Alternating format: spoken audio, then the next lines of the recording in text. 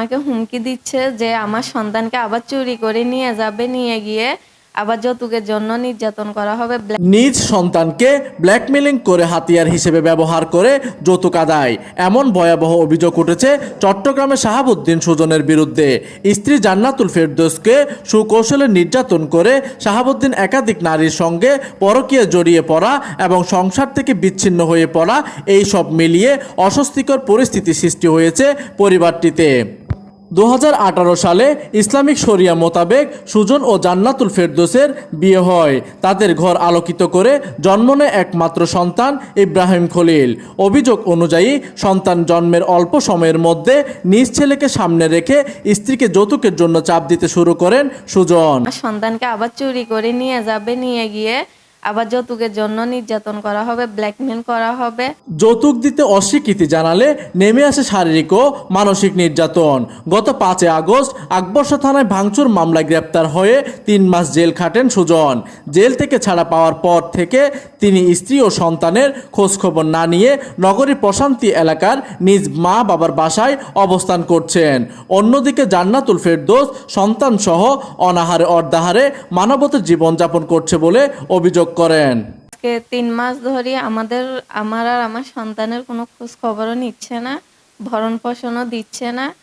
আমি ভরণ পোষণ চাইতে আমাকে হুমকি দেওয়া হচ্ছে, আমাকে আবার নির্যাতন করা হবে।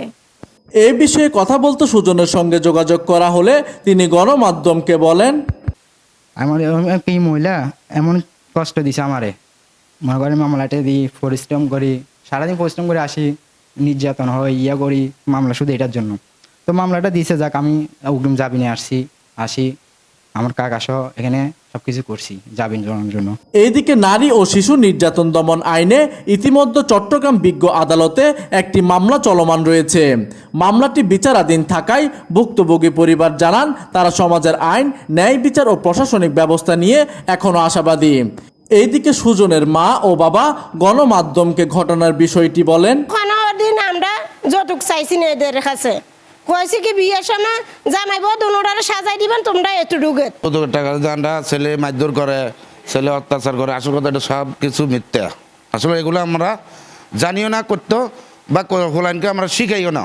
এইদিকে সুজনের স্ত্রী আরও অভিযোগ করে বলেন, সুজন প্রায় সময় তার ছোট্ট শিশু সন্তান ইব্রাহিম খলিলকে প্রায় সময় মারধর করত। এই বিষয়ে ছোট্ট শিশু ইব্রাহিম খলিল গণমাধ্যমকে বলেন, ভাবে আমাকে অনেক মারধর করে, আমি যদি থাকি বলে যে আমি তোকে চিনি না। এমন পরিস্থিতিতে ভুক্তভোগী পরিবার তারা সমাজের আইন, ন্যায় বিচার ও প্রশাসনিক ব্যবস্থা নিয়ে এখনো আশাবাদী। সুজনের যাতে যথাযথ বিচার হয় সে আশাবাদ ব্যক্ত করেন সুজনের স্ত্রী জান্নাতুল ফেরদৌস। প্রতিনিধি কামরুল হাসানের তথ্য ও পাঠানো চিত্রে ডেস্ক নিউজ, দিগন্তের বার্তা 24, চট্টগ্রাম।